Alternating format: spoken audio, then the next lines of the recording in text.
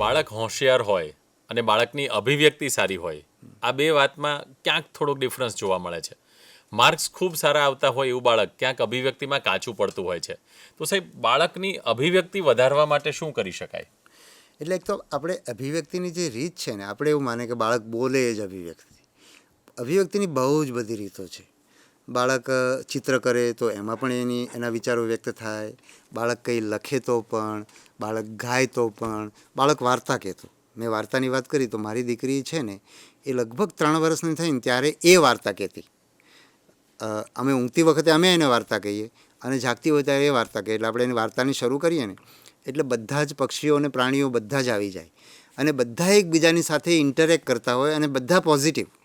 આપણે પેલી પંચતંત્રની વાર્તાની જેમ નહીં, લુચ્ચું શિયાળ ને કાગડાનું અમુક રીતના આમની માન્યતા, એવું નહીં. બધા જ એકબીજાની સાથે પોઝિટિવલી મદદ કરતા હોય. કાગડાભાઈએ આમ કરી દીધું, કાબરબેનને આ આપી દીધું, ને કાબરબેને કાગડાભાઈને કીધું કે તમે તો બહુ સરસ છો. આવી બધી વાતો એમાં આવતી હોય.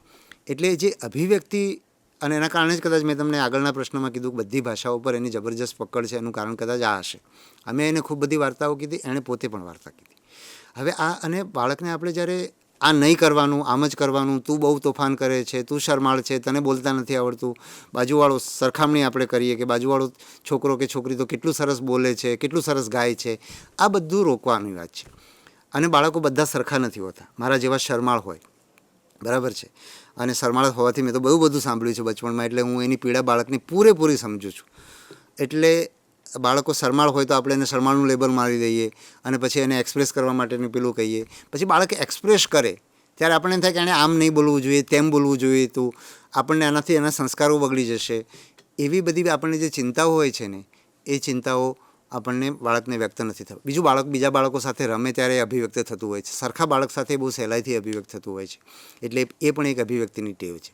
બીજું, આપણે જેટલો આગ્રહ રાખશું ને, જો આપણને યોગ ગમતા હોય અને આપણું બાળક ભવિષ્યમાં, આજે અથવા ભવિષ્યમાં યોગ કરે એવી આપણી અપેક્ષા હોય, તો આપણે બાળકને યોગનો આગ્રહ નહીં રાખવાનો.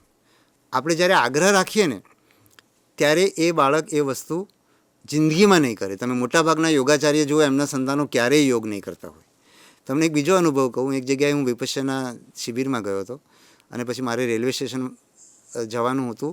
તો એ વિપશ્યના શિબિરના એક સરસ જૂના સારા સાધક, ગંભીર, વારંવાર ધ્યાન કરતા હોય એવા મને એમ મૂકવા આવ્યા. તો મને કે મારી દુકાને એમની લાટી હતી, ત્યાં લઈ ગયા એમ. તો ત્યાં એમનો દીકરો મને મળ્યો.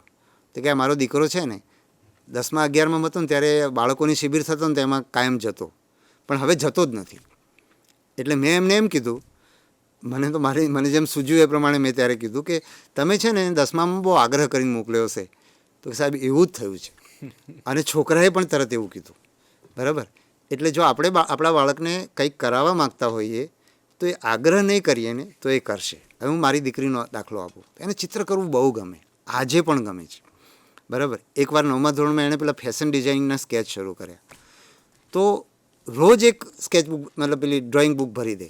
એટલે ખૂબ બધું ચિત્ર કરવું ગમે, બચપણથી ગમે. ખૂબ બધા એવોર્ડ મળ્યા છે. હવે એવું થાય કે એને એવોર્ડ મળે એટલે એને પણ બહુ મજા આવે. એટલે અમને થાય કે એને એવોર્ડ મળે એવું આપણે સ્પર્ધામાં ભાગ લેવડાવીએ.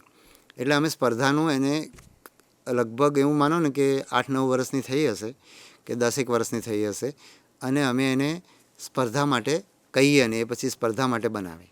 અને જોઈએ ને તેનું સ્પર્ધાનું ચિત્ર છે ને નોર્મલ ચિત્ર કરતાં ખરાબ બને. એના શાળામાં કંઈ કાર્યક્રમ હોય ને શિક્ષકે કીધું હોય કે આજે આ બનાવીને આપી દેતો, એ 45 મિનિટમાં બનાવ્યું હોય ફર્સ્ટ ક્લાસ બને. એટલે અમને ખબર પડી, અમે એમ માનતા હતા કે એને સ્પર્ધામાં જે એવોર્ડ મળે છે ને એમાં બહુ મજા આવે છે. એટલે અમે ચિત્રનું એને કરાવવા માંડ્યા અને પછી અમને ખબર પડી કે આનું ચિત્ર તો બગડવા માંડ્યું. એટલે પછી અમે મૂકી દીધું. એટલે આજે પણ એ ચિત્રકાર છે. જો અમે એ દિવસે મૂક્યું ના હોત ને તો એ આજે ચિત્ર ના કરતી હોત.